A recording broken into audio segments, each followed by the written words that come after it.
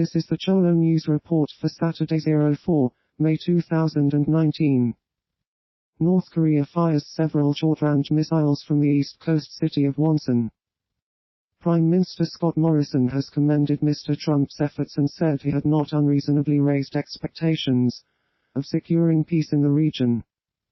That year saw a string of increasingly powerful weapons tests from the north, and a belligerent response from Mr. Trump that had many in the region fearing war. Sinclair Broadcast Group buys Fox Sports Networks from the Walt Disney Company for $10.6 billion. Disney was ordered by the U.S. Justice Department to sell FSN as part of its purchase of 21st Century Fox last year, due to its ownership of ESPN Incorporated. One of the 22 sports properties that Disney was required to sell, the YES Network, is being acquired by the New York Yankees and the e-commerce giant Amazon for about $3.5 billion, according to people familiar with the transaction.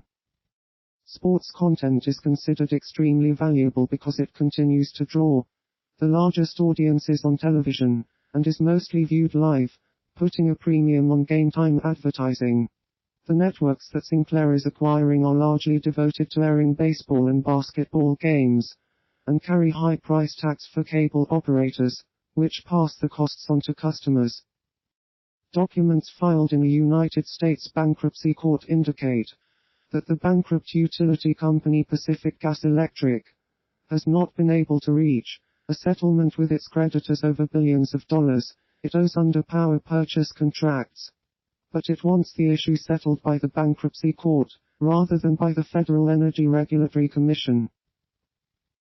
San Francisco-based PGE wants the matter resolved in bankruptcy court, while NextEra and others want FERC involved.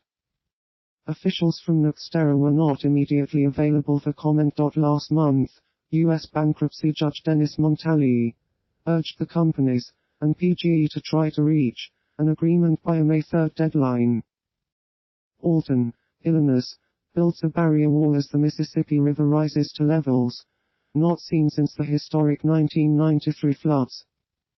The latest round of Midwestern flooding claimed at least 4 lives, closed hundreds of roads and forced residents of river towns to shore up threatened levees with sandbags as waters rose to and near cord levels in some communities. Puckett and Eakin were among 3 men who began paddling Wednesday afternoon in Bull Creek near the small town of Walnut Shade.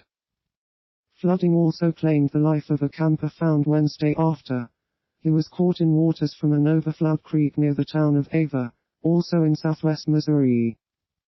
The National Weather Service website on Thursday afternoon showed the river level at 22.64 feet at the Quad Cities in Iowa and Illinois, just above the 22.63 foot mark reached on July 9, 1993. The river is expected to crest Saturday half a foot higher than the levee at the town 20 miles north of St. Louis can hold. West Alton Emergency Management Director Gary Mockins and friends were busy moving farm equipment to higher ground.